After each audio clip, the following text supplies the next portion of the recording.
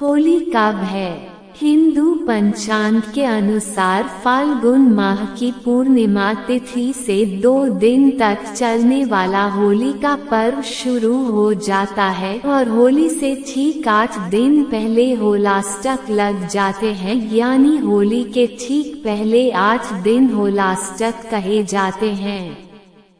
इन दिनों में कोई भी शुभ काम नहीं किए जाते हैं, यानी कि जितने भी मांगलिक कार्य है इन सभी कार्यों पर इन 8 दिनों के लिए ब्रेक लग जाता है। और आपको बता दें कि होलाष्टक पर ग्रह बहुत उग्र अवस्था में होते हैं।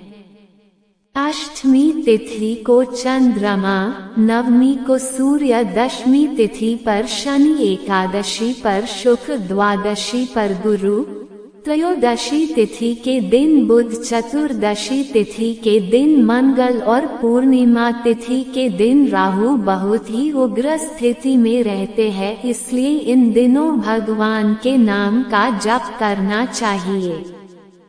जितना हो सके पूजा पाठ और दान करना चाहिए। ग्रहों की शांति के लिए उपाय किए जा सकते हैं और अगर ज्योतिष विद्वानों की माने तो होलाष्टक के दौरान शुभ और मांगलिक कार्य करने से जीवन भर बाधा आती है। इसलिए शुभ या मांगलिक कार्य इन 8 दिनों में नहीं करने चाहिए, क्योंकि इन दिनों नेगेटिव एनर्जी बहुत अधिक हावी होती है और इन दिनों शादी, विवाह, सगाई या गृह प्रवेश आदि काम भी नहीं करने चाहिए। ऐसी भी मान्यता है कि इन 8 दिनों में भगवान विष्णु के भक्त प्रहलाद को हिरण्यकश्यप ने बहुत सारी यातनाएं दी थी, जिसकी वजह से इन 8 दिनों को बहुत कष्टकारी माना जाता है। और इस बार होलिका दहन यानी फाल्गुन पूर्णिमा के दिन ही साल का पहला चंद्र ग्रहण भी लगने वाला है और ये चंद्र ग्रहण पूर्ण चंद्र ग्रहण होगा। ऐसे में ये ग्रहण हमारे देश में दिखाई देगा या नहीं दिखाई देगा और होलिका दहन पर इस ग्रहण का क्या प्रभाव रहेगा, ये भी आज की इस वीडियो में आप जानेंगे। अगर जानकारी आपको अच्छी लगे तो वीडियो को लाइक जरूर कीजिएगा। इस बार फाल्गुन मास के शुक्ल पक्ष की अष्टमी तिथि प्रारंभ होगी 6 मार्च गुरुवार को सुबह 10:11 से और उदया तिथि के अनुसार 7 मार्च दिन शुक्रवार को अष्टमी तिथि मनाई जाएगी। ऐसे में इस बार 7 मार्च शुक्रवार से होलाष्टक प्रारंभ होंगे और होलाष्टक समाप्त होंगे 13 मार्च दिन गुरुवार को। फाल्गुन पूर्णिमा तिथि प्रारंभ होगी 13 मार्च गुरुवार को सुबह 10:36 से और पूर्णिमा तिथि समाप्त होगी 14 मार्च शुक्रवार को दोपहर 12:23 पर, क्योंकि 13 मार्च गुरुवार को सुबह से लेकर रात भर पूर्णिमा तिथि विद्यमान रहेंगी और चंद्रोदय का समय भी 13 मार्च गुरुवार को ही प्राप्त होगा। इसलिए पूर्णिमा का व्रत 13 मार्च गुरुवार को रखा जाएगा और अगले दिन यानी पूर्णिमा तिथि जब दोपहर में ही समाप्त हो रही है तो उस दिन पूर्णिमा का स्नान दान किया जाएगा और इसके अनुसार होली का दहन 13 मार्च गुरुवार को किया जाएगा, यानी कि इसी दिन पूर्णिमा का व्रत भी रहेगा। सत्यनारायण भगवान का व्रत भी इसी दिन रहेगा और रंग वाली होली खेली जाएगी 14 मार्च शुक्रवार को।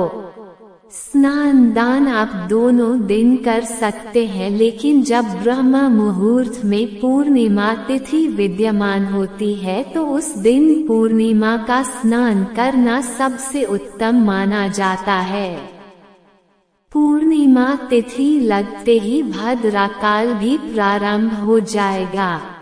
13 मार्च गुरुवार को सुबह 10:35 से भद्राकाल प्रारंभ होगा, जो कि देर रात 11:26 तक रहेगा और भद्राकाल की समाप्ति के बाद ही होलिका दहन का शुभ मुहूर्त प्राप्त होगा और इस बार होलिका दहन किया जाएगा।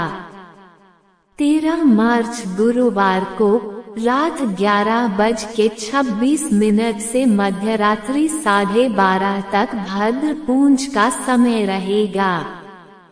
शाम 6:57 से रात 8:14 तक और भद्रमुख का समय रहेगा।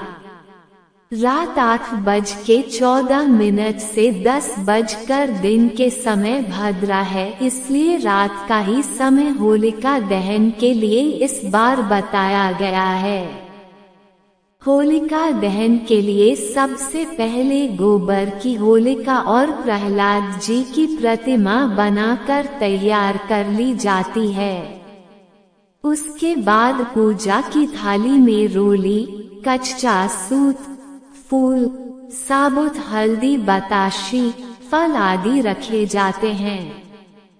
फिर पूजा स्थल पर एक कलश में जल भर कर रखा जाता है।